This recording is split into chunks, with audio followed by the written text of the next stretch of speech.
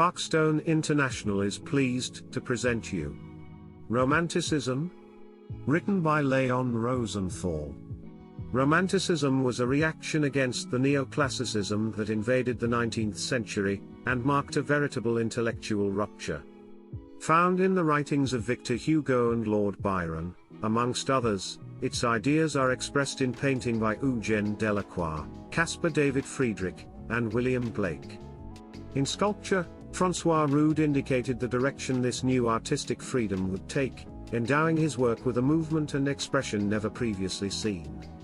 Literary Romanticism has been subject to great arguments and violent controversy, particularly because it was considered to be responsible for divisive religious, political or social tendencies. Romantic art received less attention, perhaps because it seemed comparatively unimportant. However, it is possible to dissociate the two movements. They were linked not because of personal friendships developing by chance between a few painters and writers, but because those movements, in their different ways, share in the same origin. Born from a common mindset, they had developed in the same atmosphere. There was a romantic generation, the members of which applied their minds to literature and the arts as well as to science, philosophy, politics or industry, in fact to all the forms of activity to which their minds could possibly be applied. The canons of Romanticism were first formulated in Germany at the end of the 18th century. As early as 1770 and 1780, representatives of Sturm und Drang, a movement both literary and political, meaning literally storm and stresses, were rebelling against the Enlightenment and its values.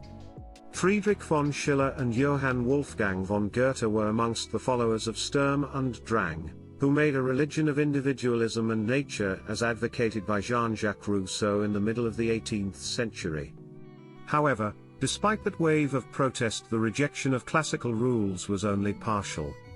Sturm und Drang turned its back on classical traditions and literary conventions, but its canons of beauty were still based on antiquity and prescribed the perfection and harmony of forms.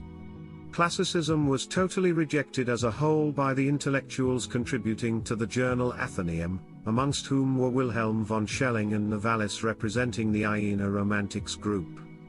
In contrast with earlier values, they put an emphasis on the feeling of infinity, mysticism, and the expression of irrationality. If you wish to learn more about the great story of Romanticism, you can find the book on the present platforms.